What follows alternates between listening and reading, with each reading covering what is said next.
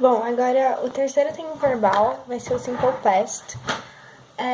Ele é bem facinho. Basicamente, é um passado que teve ação concluída no passado. Ou seja, começou e acabou no passado. E depois eu vou falar do caso do used to, mas depois que eu explicar a conjugação e a gente vê um exemplo. Então, de novo aqui a gente tem o sujeito you, we, they, I, he, she, it. Como que a gente vai conjugar o verbo no passado, certo? Eu vou colocar dois verbos.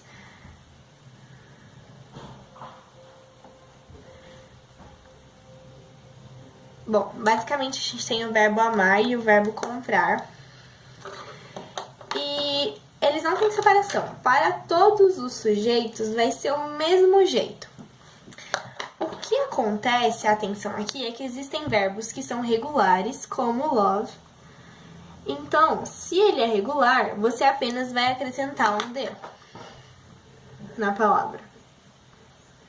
No máximo mais um ED, mas assim, você... É um jeito que tem que decorar os verbos que são regulares, certo? Então, ou é um D ou um ED. E tem os verbos que são irregulares, que eles mudam completamente a forma deles.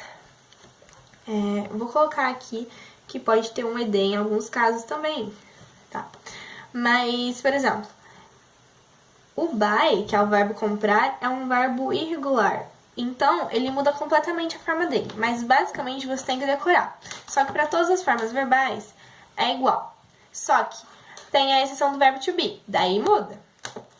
O verbo to be, pro you, they e we, vai ficar were.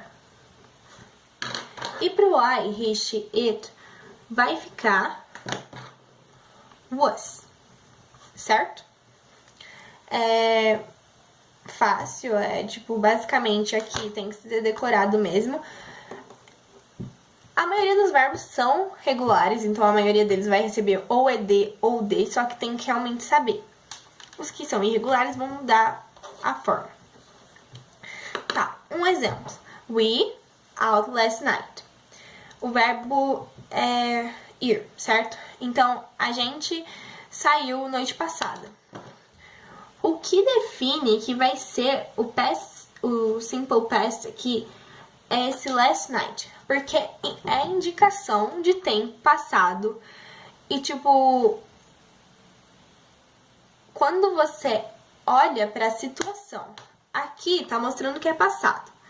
Daí você pode pensar, pode ser passado contínuo, né? Tipo, que vai ter assim, nós estávamos fazendo tal coisa noite passada.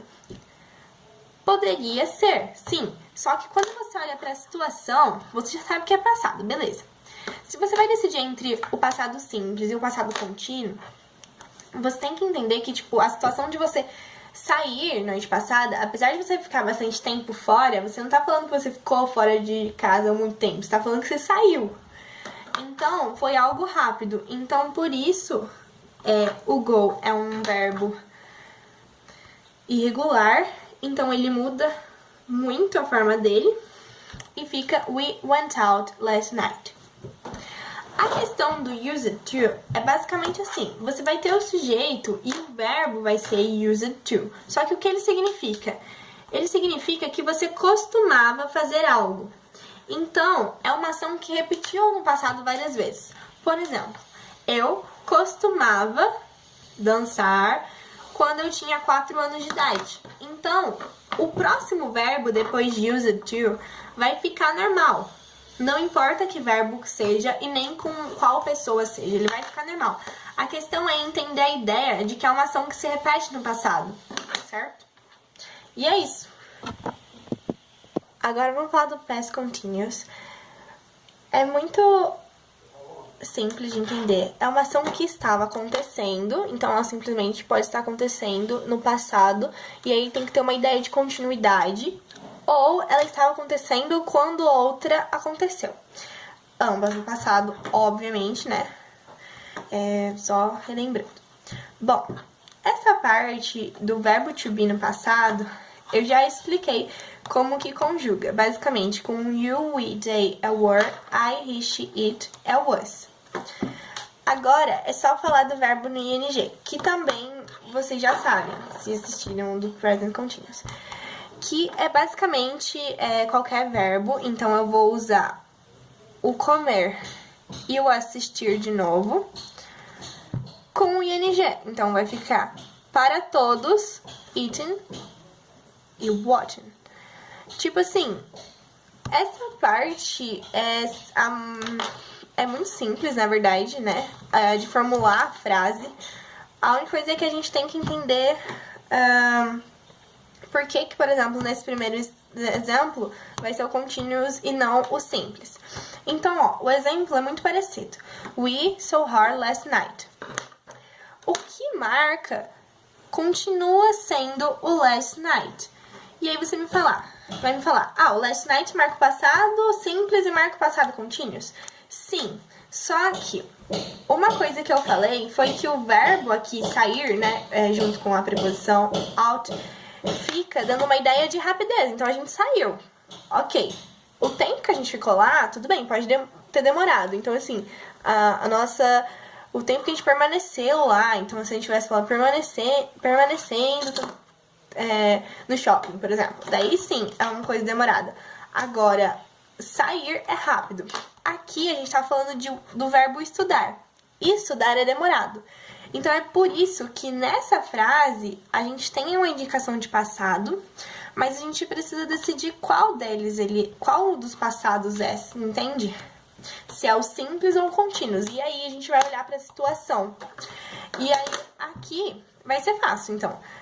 Já que a gente decidiu que vai ser contínuo devido à situação de estudar ser uma coisa longa, então, we were studying.